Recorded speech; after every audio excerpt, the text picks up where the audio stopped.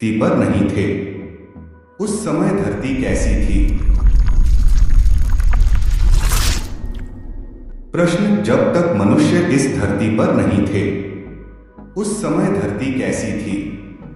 वर्णन करें। इसका जवाब है, आकाश और पृथ्वी की उत्पत्ति का वृत्तांत यह है कि जब वे उत्पन्न हुए, अर्थात जिस दिन यहोवा परमेश्वर ने पृथ्वी और आकाश को बनाया, तब मैदान का कोई पौधा भूमि पर न था और न मैदान का कोई छोटा पेड़ उगा था, क्योंकि यहोवा परमेश्वर ने पृथ्वी पर जल नहीं बरसाया था और भूमि पर खेती करने के लिए मनुष्य भी नहीं था।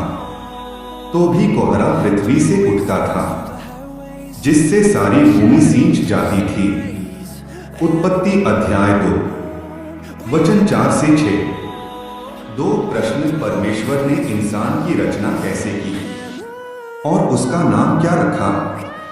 इसका जवाब है, और यहोवा परमेश्वर ने आदम को भूमि की मिट्टी से रचा और उसके नथनों में जीवन का श्वास फूंक दिया और आदम जीवता प्राणी बन गया। उत्पत्ति अध्याय 2 वचन 7। 3 प्रश्न, परमेश्वर ने मनुष्य को जिस स्थान में रखा उस स्थान का क्या नाम था और वह किस दिशा में थी? इसका जवाब है, यहोवा परमेश्वर ने पूर्व दिशा में अदन देश में एक वाटिका लगाई और वहां आदम को, जिसे उसने रचा था, रख दिया। उत्पत्ति अध्याय 2 वचन 8। 4 प्रश्न, परमेश्वर के द्वारा लगाई गई वाटिका की क्या खासियत थी और उस वाटिका में लगाए गए 2 खास वृक्ष के नाम क्या थे? इसका जवाब है, यहोवा परमेश्वर ने भूमि से सब भांति के वृक्ष जो देखने में मनोहर और जिनके फल खाने में अच्छे हैं उगाए और वाटिका के बीच में जीवन के वृक्ष को और भले और बुरे के ज्ञान के वृक्ष को भी लगाया। उत्पत्ति अध्याय 2 वचन 9।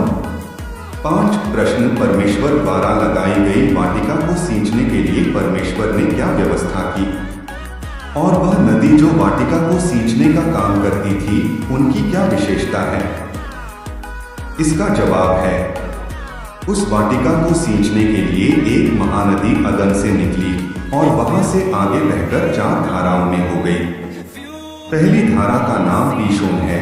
यह वही है जो हवीला नाम के सारे देश को, जहां सोना मिलता है, घेरे हुए हैं। उस देश का सोना अच्छा होता है, वहां मोती और सुलेमानी पत्थर भी मिलते हैं। और दूसरी नदी का नाम गीहोन है। यह वही है जो कूश के सारे देश को घेरे हुए है। और तीसरी नदी का नाम हिद्देकेल है। यह वही है जो अश्शूर के पूर्व की ओर बहती है। और चौथी नदी का नाम फरात है। उत्पत्ति अध्याय 2 वचन 10 से 14।